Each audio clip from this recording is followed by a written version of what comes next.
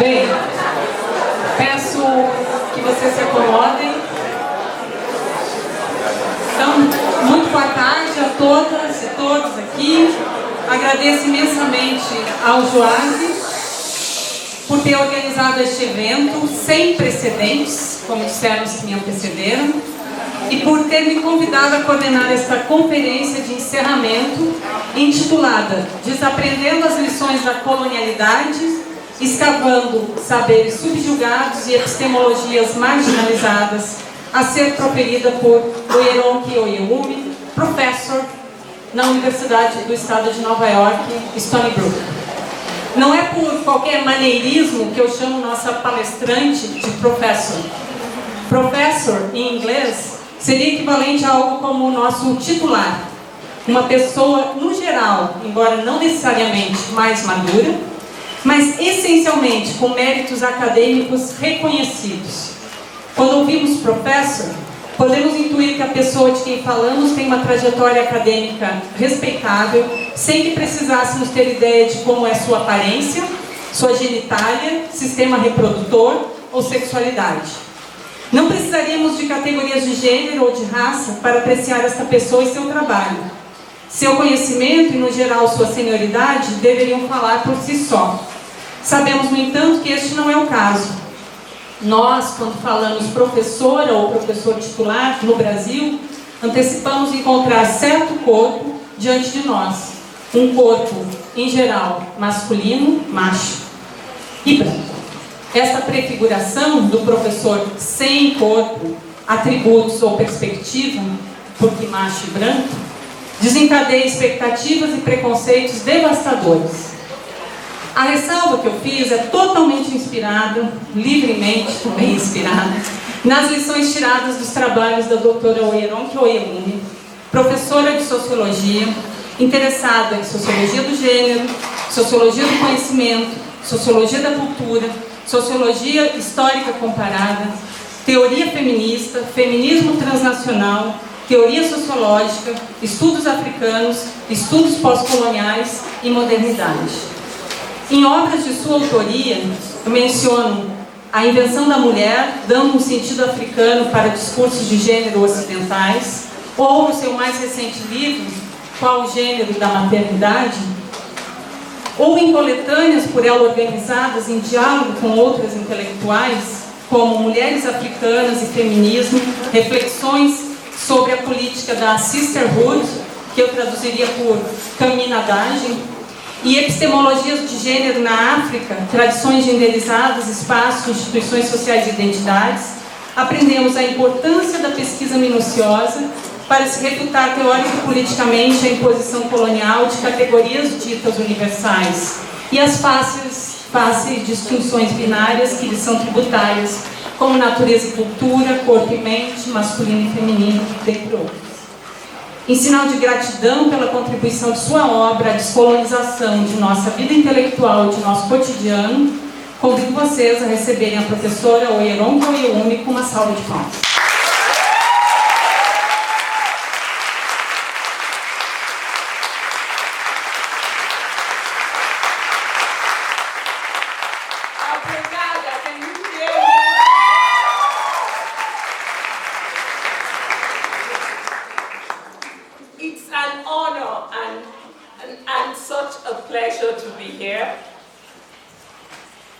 Especially after listening to Professor Nilma and Professor Mario. And I thank them for having brought me up to speed about the Brazilian situation.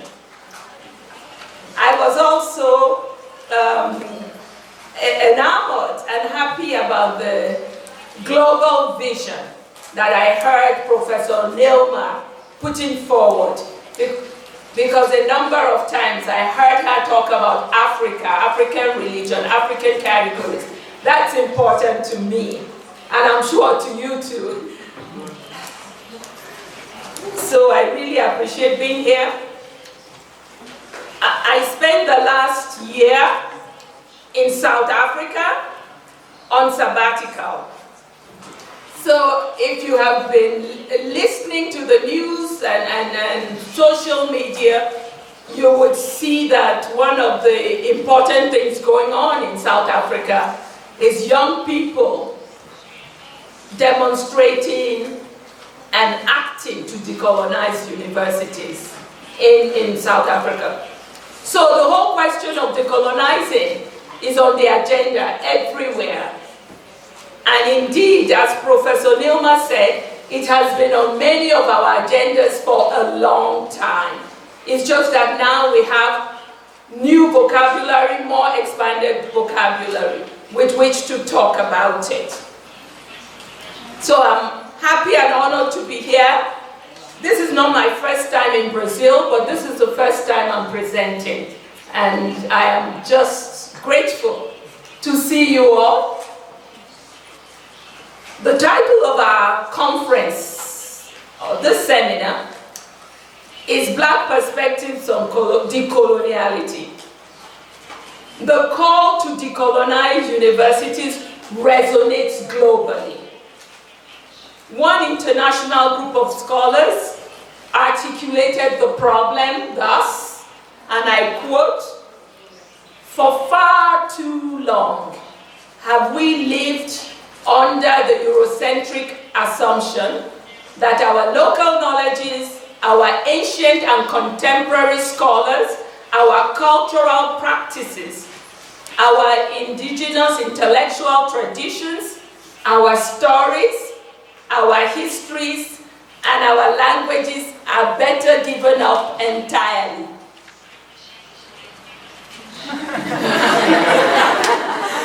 Consequently, the recovery of indigenous intellectual traditions and resources is a priority task in this urge to decolonize.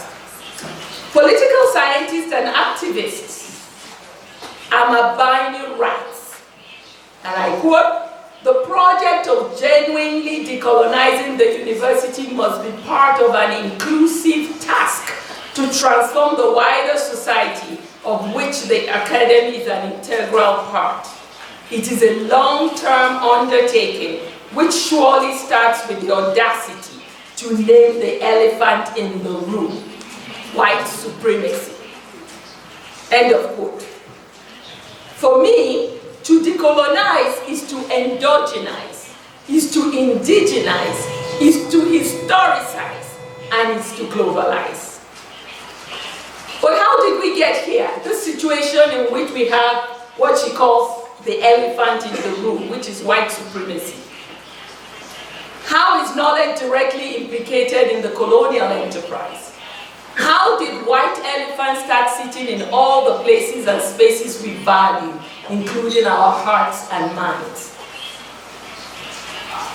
These words come to my mind: conquest, domination, exploitation, oppression. These are all key processes that enthroned white supremacy in the last 500 years. I'm so glad Professor Maldonado-Torres is here. So at this point, I'm sure his keynote intimated us with different aspects of coloniality, coloniality of knowledge, coloniality of being, and so on and so forth. I was happy to make his acquaintance when I was in South Africa. And I couldn't stop myself from deploying one of my favorite Maldonado-Torres quotes. And in South Africa, he has a lot of disciples. In fact, some of the young people call him Jesus. Not Jesus, not Jesus, but Jesus. Okay? And so, to bring his quote in, Maldonado-Torres talks about coloniality. And I quote, that it refers to long-standing patterns of power that emerged as a result of colonialism, but that define culture, labor, intersubjective relations, and knowledge production well beyond the strict limits of administrations. Thus, coloniality survives colonialism. And these ideas about coloniality of power, coloniality of knowledge, and coloniality of being dovetails, comes together, converges very well with many ideas that Africans, an African intellectual, had been working with over the years. Some of you would remember Nkrumah's neo-colonialism as part of the whole issue of coloniality, or the work of Ngugi wa Thiong'o, the literary critic who uses language to talk about the continuities of coloniality and how coloniality just envelopes us wherever you look on the African continent. We know that the global hierarchies that we inhabit today are the result of that process from 1492 of European conquest, starting with the Americas, but Africa was in it from the very beginning. I always want to make that point because there's always a tendency in African studies to start talking about colonialism from the Berlin Conference of 1884. Because indeed, when Columbus came to these parts that they subsequently called the Americas, there were a number of Africans with him on the ship. Sometimes on the continent, people don't know that. And I always emphasize that, so that we will know that we're all like this and we have to work with that. But knowledge and its production and constitution is my focus this afternoon. Knowledge was a fundamental axis from which the European conquistadores effected their total takeover, and it continues to reproduce inequality, dehumanization, Afrophobia, what have you. It continues to reproduce it. I also like to use the word conquistadores. Even now, when I'm giving a lecture in Africa, because I discovered that a lot of people actually believe that colonization was a civilizing mission. But when you bring that word, conquest, into it, at least I hope it wakes people up that there was no civilizing mission here. So the effects for Africans of the process of coloniality and colonization is the erasure of memory, demonization of the gods and ancestors, marginalization of indigenous languages, jettisoning of epistemes, and othering of cultures and bodies. One could go on, and of course the destruction of social institutions. That's what we've been contending with, at least as Africans, in the last 500 years. This afternoon, the questions that animate me are fourfold. Number one, what are the lessons we have learned about Africa and Africans in the modern colonial global system? And when I say we, everybody else.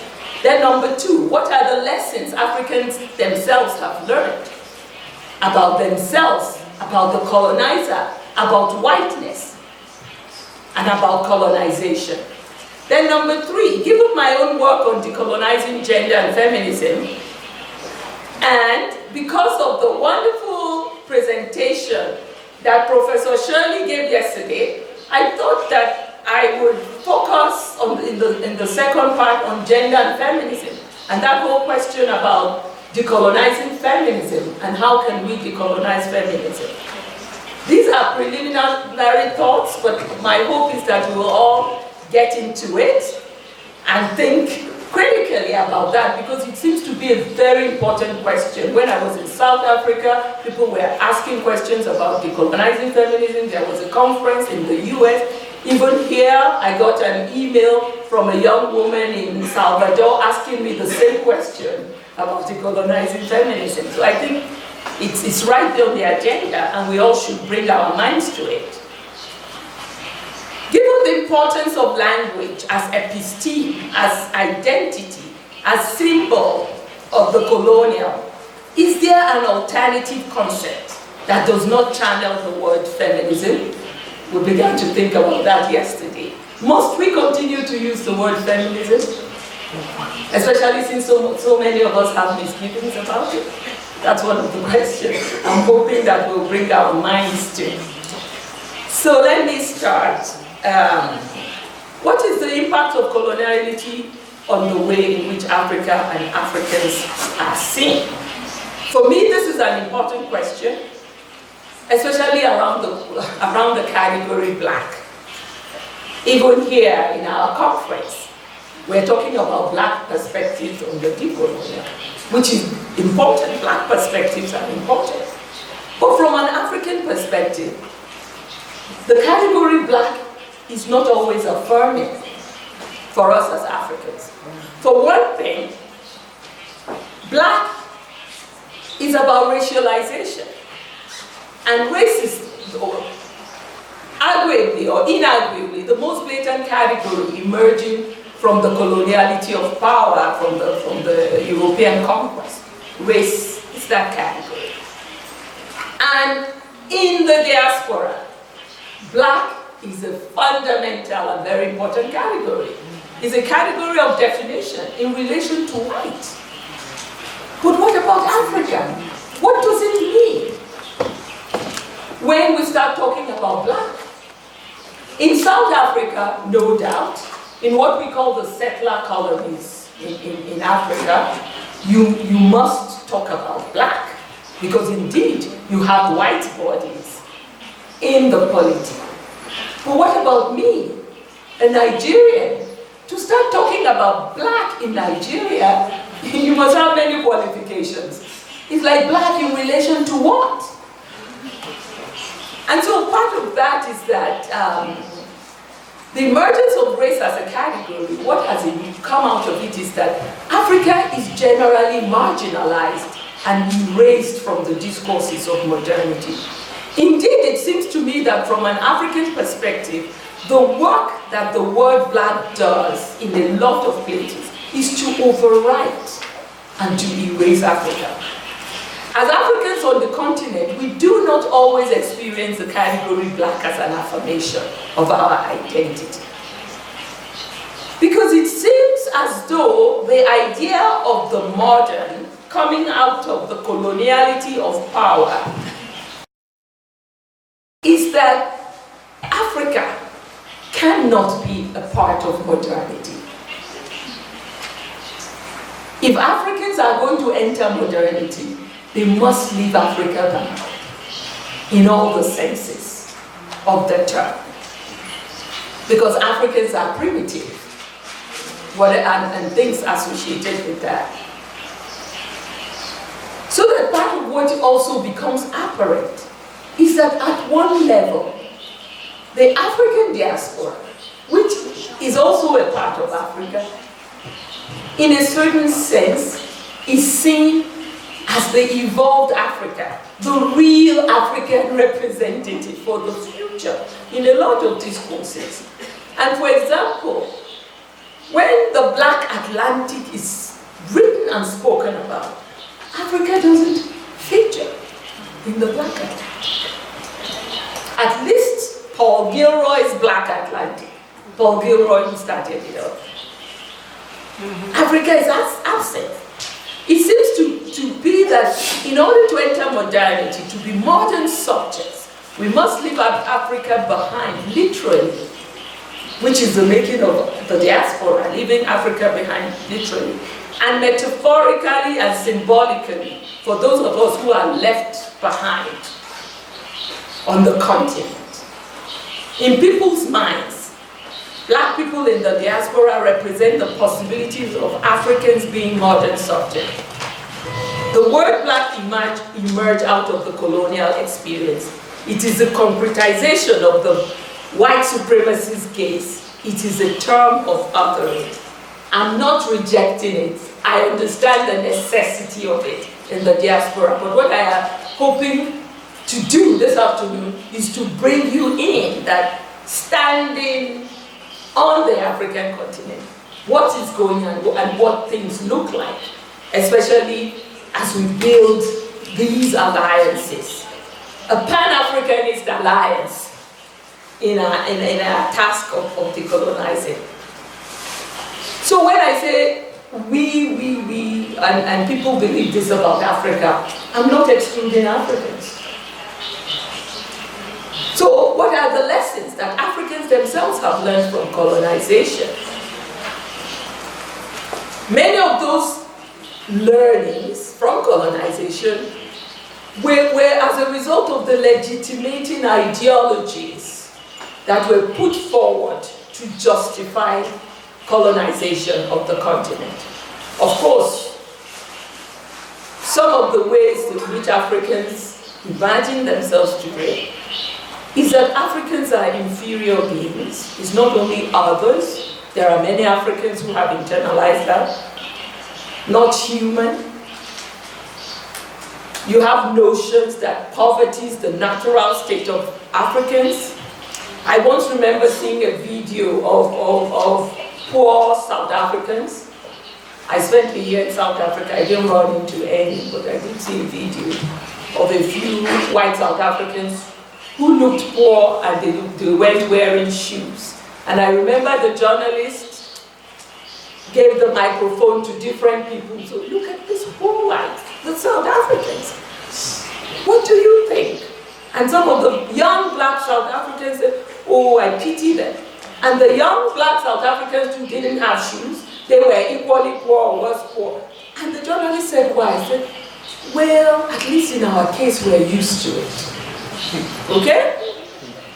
Another thing that has come out of this coloniality and the colonizing of African minds is the idea of the backwardness of African past. The idea that Africans should be ashamed of their past and that they should cut themselves off ancestor worship, that their languages and their cultures and dialects are not worthy of modernity.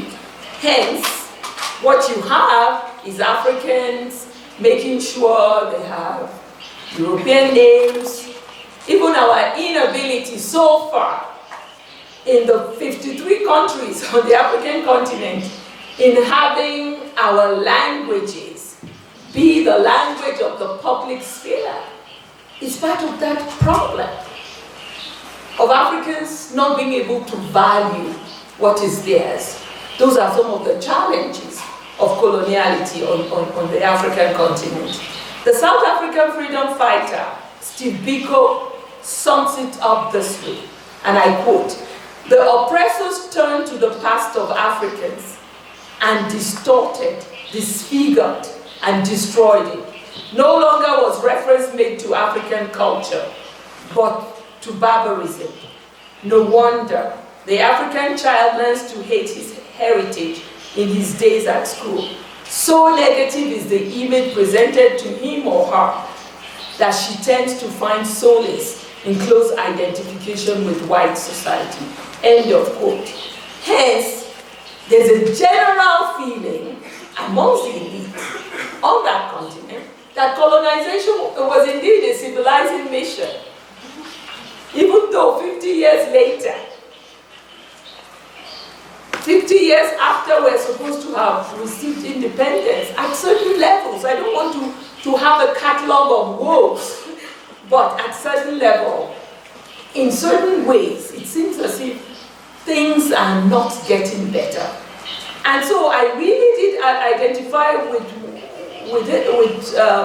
Professor Nilma's statement about religion and the ways in which religion today becomes one of the biggest obstacles to decolonizing anything. The religion thing, especially with Christianity, is a big deal. Some of the work, for those of you who are familiar with my writing, the reason I was able to do some of the kinds of writings I did is because I come from Yoruba society, and we had a lot of Yoruba intellectuals who had researched Yoruba culture, Yoruba systems of knowledge in the first and second generation of the so-called Western educated. So they looked at the Orishas, they looked at Ifa, and so when I came in, I was able to benefit from that. But today, that is all gone. Immediately you start saying Ashe, people look at you that, are you a witch? Should we stone you? Should we kill you? Things that people did in the second generation, you almost can't do it on the continent because they all claim to have become Christians. And what Christianity means from their perspective is the rejection of everything African. including African names.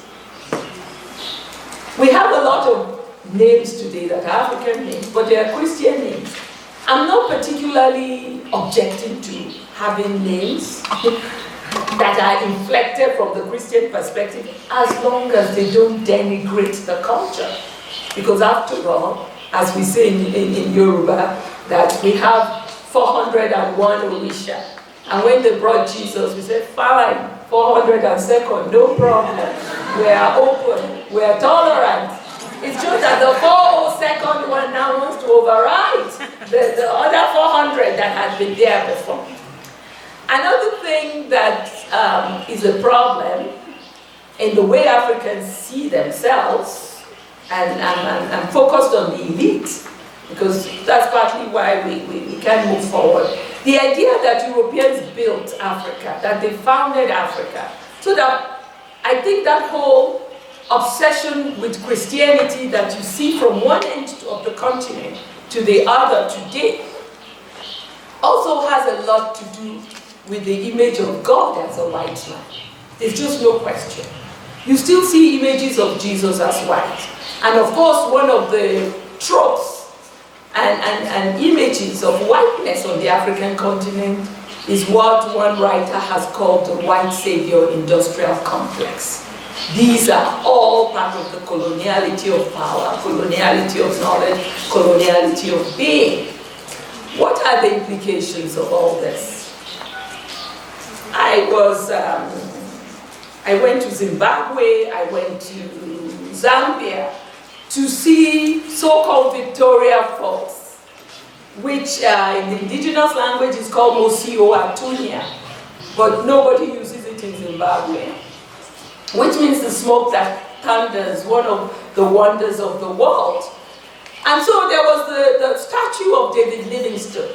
David Livingstone is said to have been the one who discovered Mosio Atunya. So I saw this teenagers, they were taking pictures, posing with David Livingstone, and I marched up to them. I said, so why are you doing this? And they sort of immediately looked at me as if I was a troublemaker.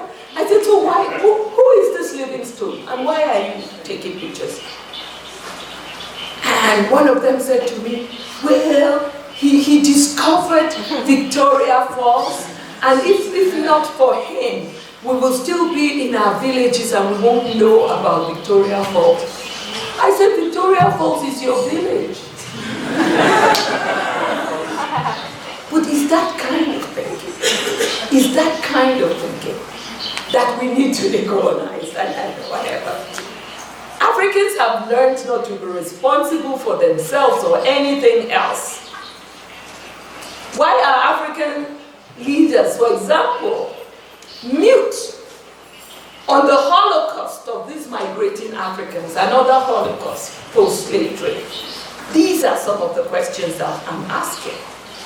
And then, of course, there's the whole question, and I know it's in the US, it's here in Brazil, of the idea that Africans are violent, which leads to Afrophobia, which leads to genocide of the youth. I heard people say that in Brazil. I live in the US. I have 2 sons in New York. I have to contend with those kinds of things.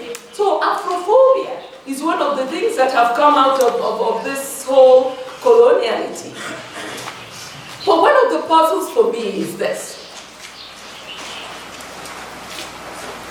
Terrorism has been the dominant mode of the world since 1492, in which whites have interacted with the rest of the world.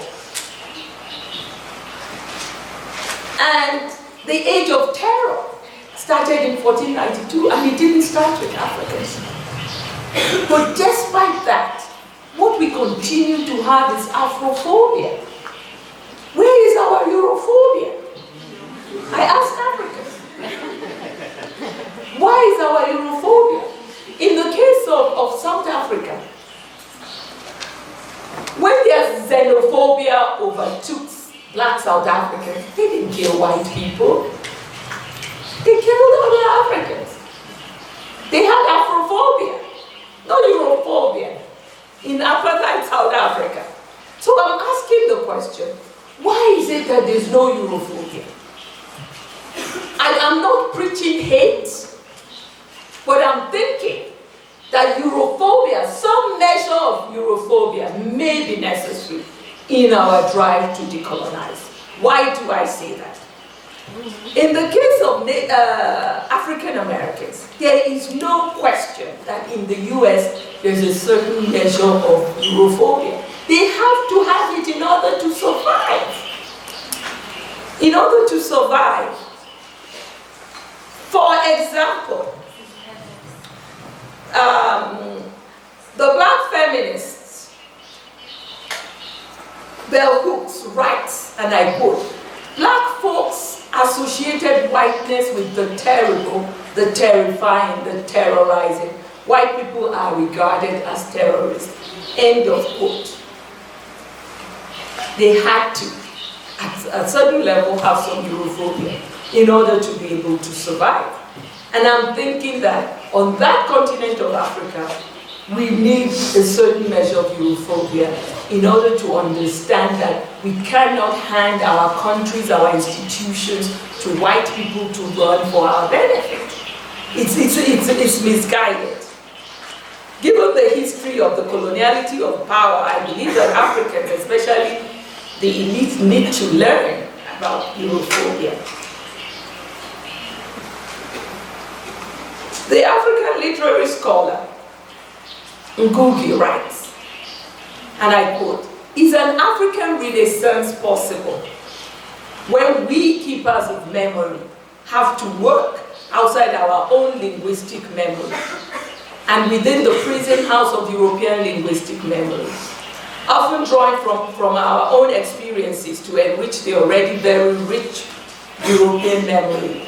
If we see intellectuals as generals in the intellectual army of Africa, including foot soldiers, can we expect this army to conquer when its generals are captured and held prisoner?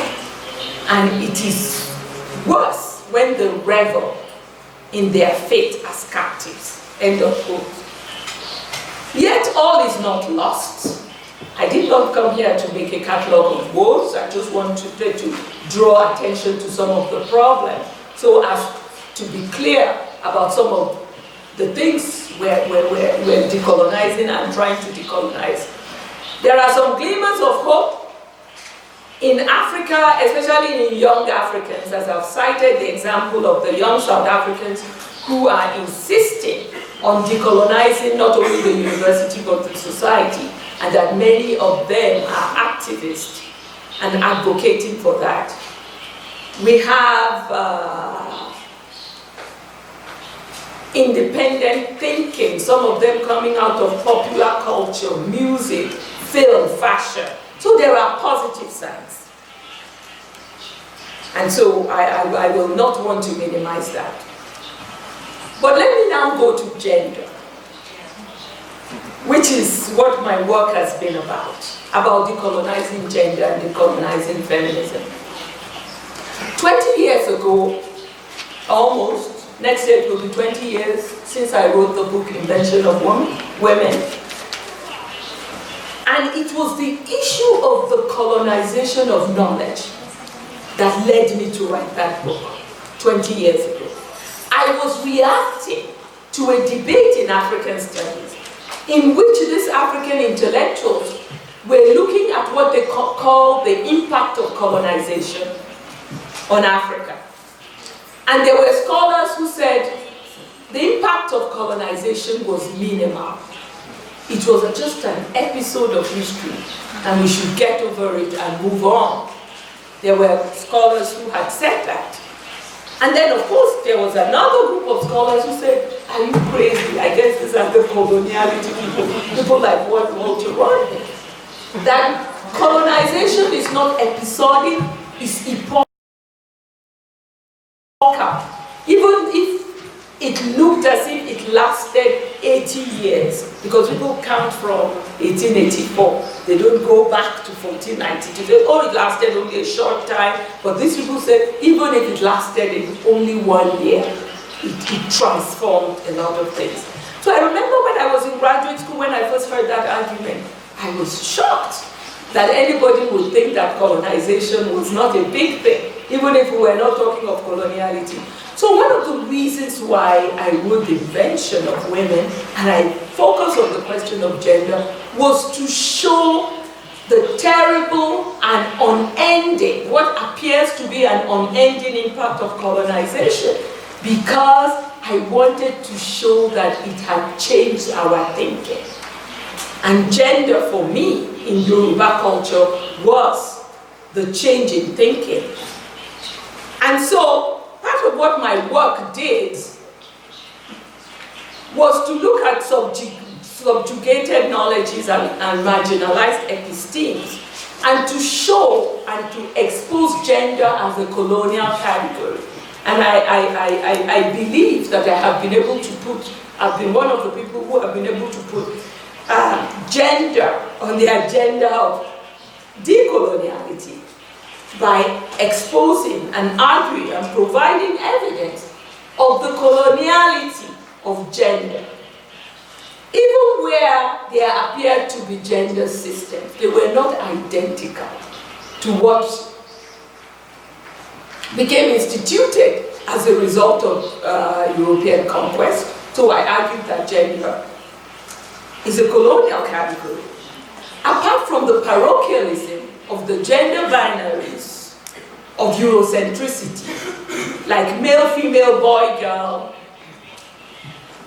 men, women, and the like, I also exposed and argued against the false universalizing of feminism, of three tenets of feminism. The first one being the idea that women everywhere were excluded from the public sphere.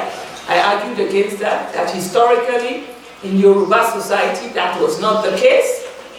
And if indeed that is beginning to happen, it was as a result of Eurocentric impositions. I argued against the idea that women have always been minors. And so what you find, especially in African settler colonies like Zimbabwe and South Africa, is that colonization instituted this process in which women were regarded as minors. They must always be in the charge of either their son, their husband, or a man. And now people have argued that, oh, that is African culture. What part of what my work demonstrates is that people have to look closely, historically, at what was going on and what we have now taken on as our culture. I have also argued that within our societies, there are interests, that there are internal interests, who find some of these Eurocentric ideas and practices useful for their own selves, so they continue to propagate it. I argue that Yoruba social categories are fluid, unembodied, and situational, and so did not necessarily require intersectionality, which became a necessary concept because of the Eurocentric way in which gender was articulated. Next, I want to look at decolonizing feminism. We want to decolonize feminism. Why do we want to decolonize feminism? Because everywhere today, there's no question that gender is an important category, that in the discourses of the public, global public, and in the practices, indeed, women are subordinated, dominated, and they have been resisting. So that is not the argument. But we want to decolonize. We want to decolonize feminism for a number of reasons, and I thought that Professor Shirley did a good job yesterday of showing why we want to decolonize feminism. So why and how must we decolonize feminism? The first question is, in what ways is feminism colonial. Number one, I think because it originated in the West from that white supremacist conquest. So feminism is mired in white supremacy, and a whole lot of other problems flow from that. There's the question of racism, which Shirley talked about eloquently yesterday. There's also the fact that feminism is ahistorical in the way in which it approaches issues, or what is the feminist agenda. I say ahistorical. In some of my work, I have critiqued that ahistoricalness of feminism in regards to Africa. You have white women coming to Africa to liberate Africans, and they think that the reason why they are so liberated is because their societies have evolved so much on the gender issue. But of course I have argued that they are being ahistorical because the reason why they can move so freely in Africa, even better than African men, is because of race and racism. So the issue of race is a big problem with feminism. And that's one other reason why we must decolonize. Feminism is not self-aware at all on this question of race, on the question of history. Feminism follows an imperial path. Colonization and coloniality created the path for white women to be able to go anywhere in the world to function. So that when the privileged gender as the fundamental axis of subordination and all that, their view is occluded by failure to see their racial privilege, their geographical privilege, and all that. At another level, feminism is also anti-African. What do I mean by that? African women in feminism are represented as victims, and the job of white women is to save them. They grant no agency whatsoever to African women. I'm sure it's not only African women, because you have Asian women, but my focus here is on African.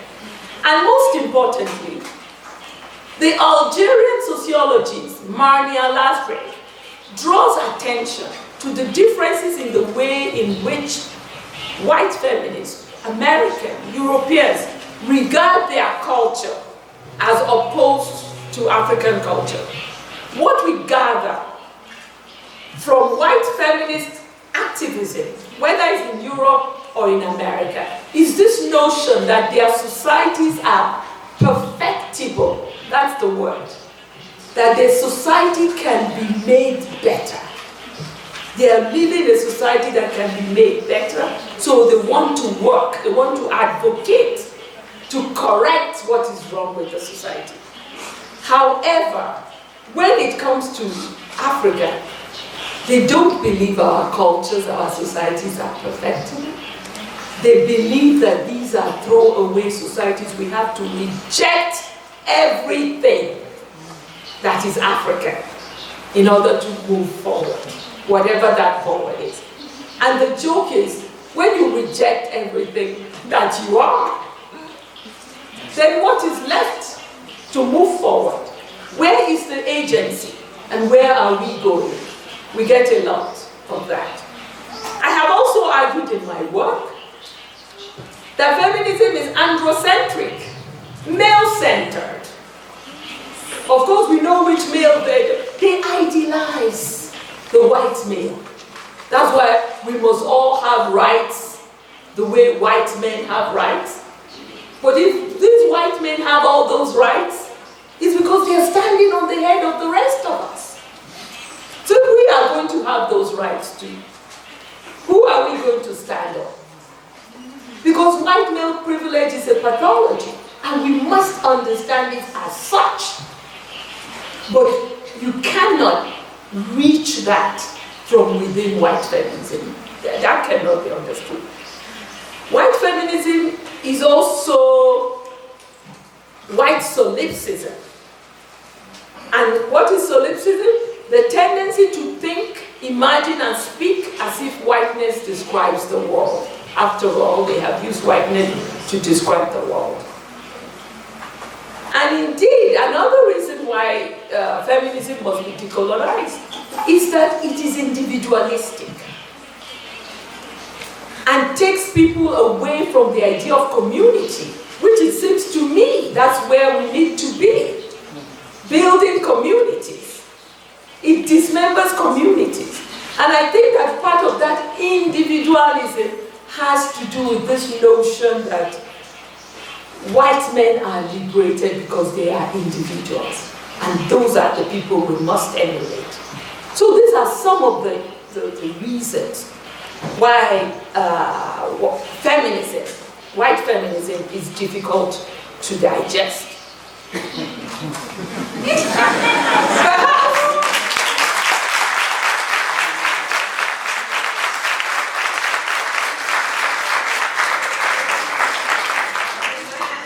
But I understand, I'm sure people are already thinking that, well, but that's white feminism. But that's white feminism. We, as black people, as Brazilians, as Americans, as South Africans, we have been working with another type of feminism that they call black feminism. And shouldn't we continue to work? Shouldn't we be content with that? Let me say something.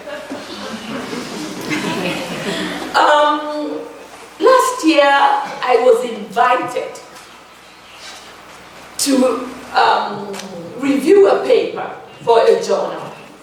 And the paper was on a Nigerian activist, Funlayo Ransom Kuti. I'm sure you've heard of Fela.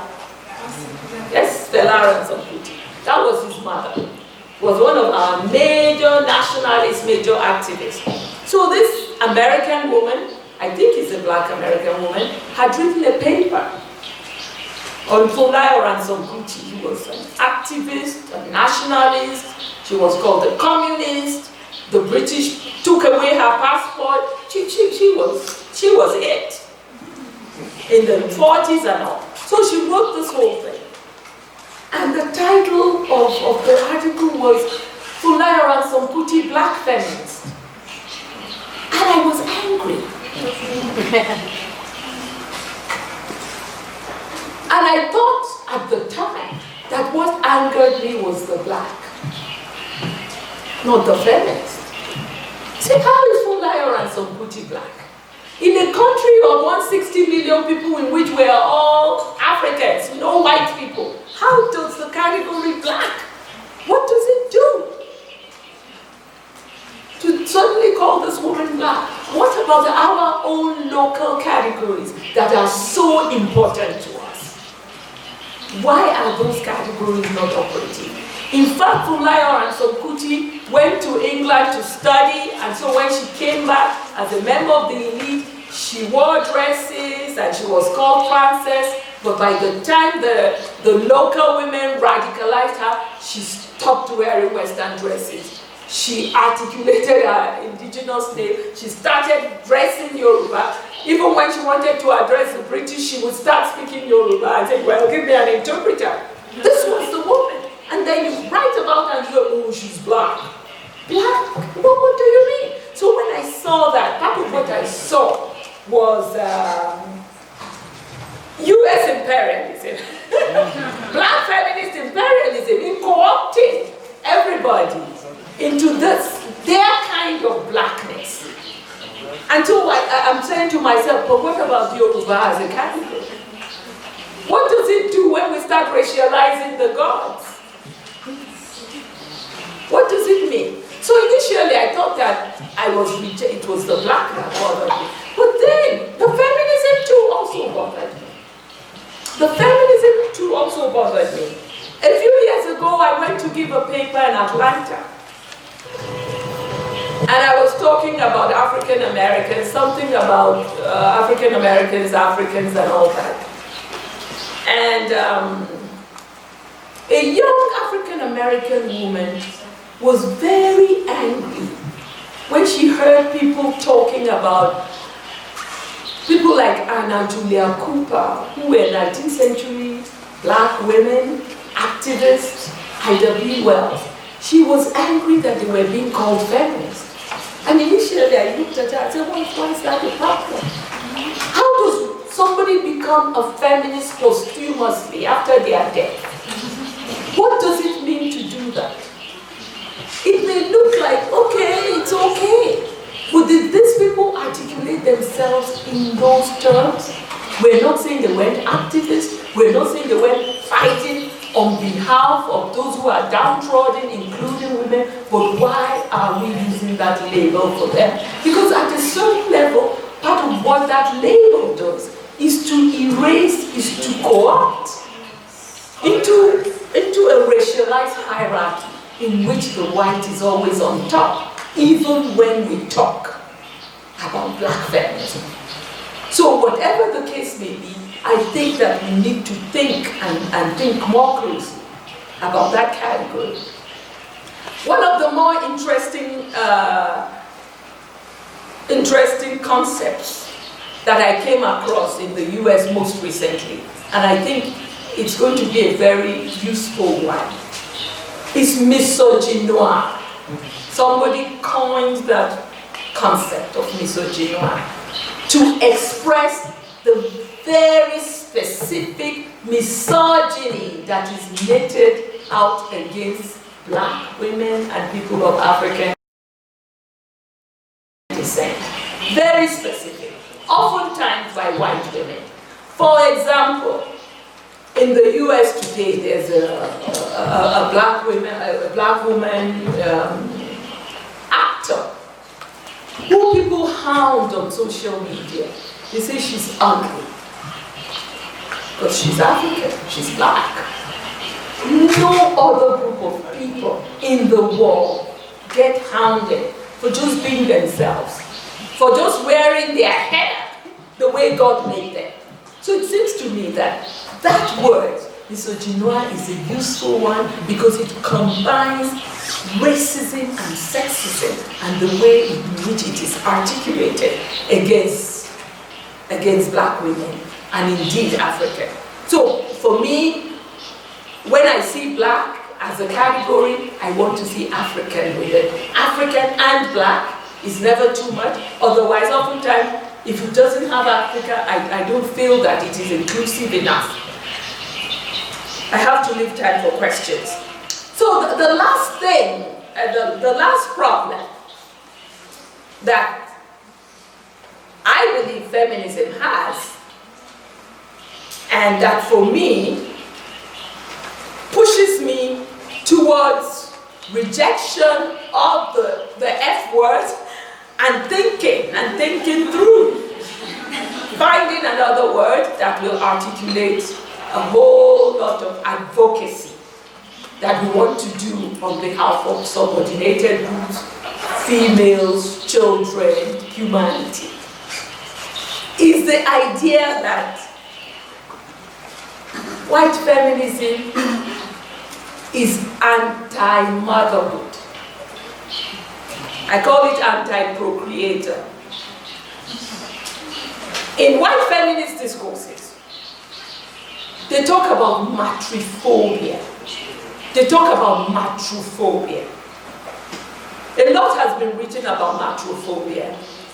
And so matrophobia, and I quote here, the definition of it is the fear not of one's mother or motherhood, but the fear of becoming one's mother. A lot of white American women have written about it, about matrophobia, that is at the heart of feminism. They have a lot of issues about motherhood. Another aspect of it is also matriphobia. The idea that having children is a problem for women.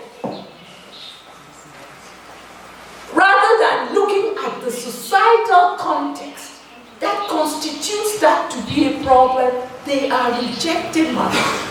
And I believe that the pathologization of motherhood is related to this idea that the white feminist ideal is a white man, and he doesn't get pregnant, he doesn't have babies.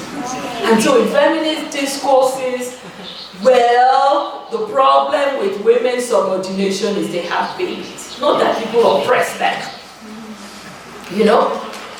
In earlier writings of mine, I have made a case that dominant Western feminist account of motherhood reduce it to a gender category. As such, a mother is represented as a woman first and foremost, a category that is perceived to be subordinated, disadvantaged, and oppressed because women are subordinate to males. I argue that on the contrary, in Yoruba constructions of motherhood, that motherhood is not gendered, and I've written a whole book on that. I argue that the gendering of the institution of motherhood leads to its patriarchalization. In turn, because of the privileging of white males, reproductive processes like parturition, gestation, and childbirth, which have no male equivalent, are erased from many feminist accounts of motherhood. These days you hear things like, well, can men mother? And then a woman is pregnant and she has a husband. You hear in the US, oh, we are pregnant. The man is saying, you are not pregnant. She's the one. Because motherhood is seen as a bad thing, so they have to share it. So there's a real problem with motherhood, okay? So in that sense, that kind of feminism looks like the master's tool. I, for one, that for all these reasons, feminism has always circulated with a lot of qualifications. And so you have black feminism, you have womanism, you have even African feminism. And I don't think that's adequate, because part of what I am also arguing that motherhood is central, must be central, in any account of transforming society, of advocating for women, advocating for children, advocating for humanity. And indeed, as an African, I believe that Africans have the corner on motherhood. So there's no reason why we should be working with a feminism that denigrates motherhood, that does not center it, because after all, humanity came out of Africa. The founding mother is an African. Humanity started on the continent. Many African stories of origin see Iya, because in my work I even want to get away from mother, because the category mother in Western discourses is a subordinated one. But Iya in my Yoruba discourses is not subordinated. In fact, Iya is a powerful proposition, spiritually and physically, from which emanates everybody. I argue that the Iya category is not a gender category, because Iya do not give birth only to females. It's an inclusive category. And indeed, I document the ways in which, in Yoruba culture, the category of Iya, which I'm trying not to translate as mother, is a singular category. It's one. It's not part of the binary. Father is not its counterpart. And how is father not the counterpart? In Yoruba discourses, the idea is that Iya in the first instance is a spiritual category, and that before each and every one of us come into this dimension of life, each person kneels before their maker to choose their fate in a pre-earthly guise. And in that moment of choosing their fate in that pre-earthly guise, the person coming into the world is there. The Iya that will bring the person to earth is there. And the maker is there. There is no father. in that configuration. So I argue that the relationship between Iya and their children is pre-earthly, pre-gestational, post-gestational, lifelong. And there's no other parallel relationship that it is counterpart. So for me, that is not gender, because there's no binary there. And so, if we have advocacy, if we must advocate, as we must today, given the last 500 years of history, given the way in which Iya has been denigrated and all that, we must have Iya at the center of our advocacy. So finally, it is clear there's no community, political or otherwise, without Iya, without mother. When you read the European theories, the social contract theories, what has always shocked me is that men by themselves are creating political community. Remember Rousseau and all that? But there's no political community, there's no community of any sort without Iya, without the institution of motherhood. It is as a result of the male dominance and Eurocentricity that Iya and all females are totally erased in the discourses of founding of political community. And what I want to do in our advocacy, in our drive to decolonize, and our drive to socially transform. Some people say social transformation is not even radical enough. I don't know what term to use. That Iya must be at the center of this transformation. And so, let me end the way I ended the book here. I read the last paragraph. I say that humanity cannot reproduce itself without motherhood.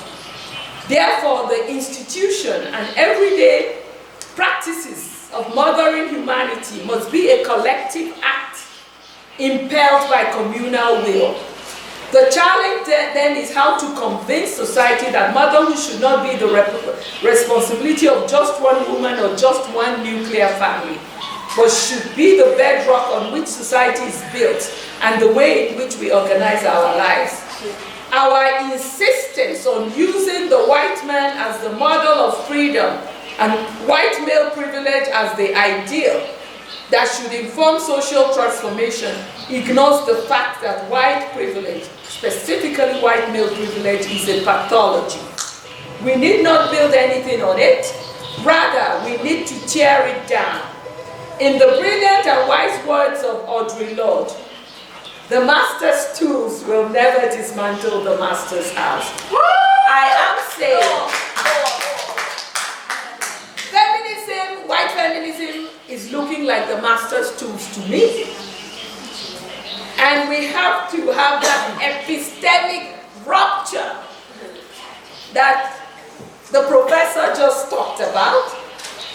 Audre Lorde goes on, the master's tool may allow us temporarily to beat him at his own game, but they will never enable us to bring about genuine change. And this fact is only threatening to those women who still define the master's house as their only source of support. End of quote. In a world of possibilities, for all who are born of Iya, the maternal ideology, which is community-oriented, all-inclusive, life-giving, life-sustaining, and life-preserving, can provide the vision and the foundation for political action and necessary social transformation. Concluding, I ask the question, apart from the epistemic rupture, which must happen, an epistemic rupture with feminism, should we also have a linguistic rupture? Should we have a renaming? And I believe we should. And these are the lines along which I'm thinking.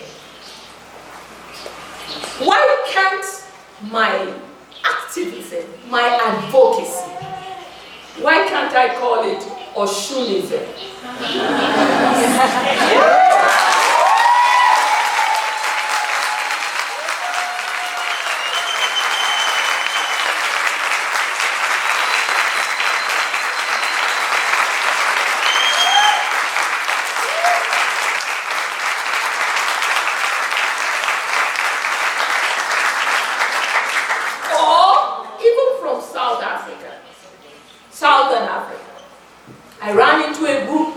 Zimbabwe called Ubuntu. And when I said, what's Ubuntu? They said, Mother of Humanity. Why not Ubuntu? Why not, you go to East Africa, why not Mumbisi? The progenitor of the Kikuyu is Mumbisi. All across the continent, the subjugated epistemologies point in certain ways. We have just not looked at them. Even the story of human origin in many of our cultures starts with Iya, starts with Oshun, starts with the mother of humanity. And why is that not at the center of our advocacy? So today, I am proposing Oshunism.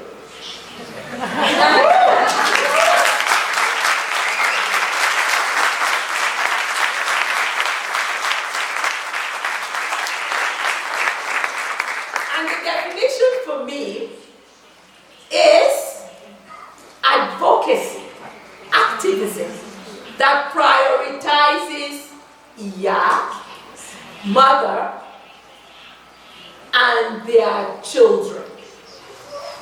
It is advocacy on behalf of Iya, prioritizing Iya and their children. And it is inclusive because everybody born of Iya must partake of it in order for us to transform, in order for us to decolonize, especially given the white supremacy of the last 500 years. Obrigada.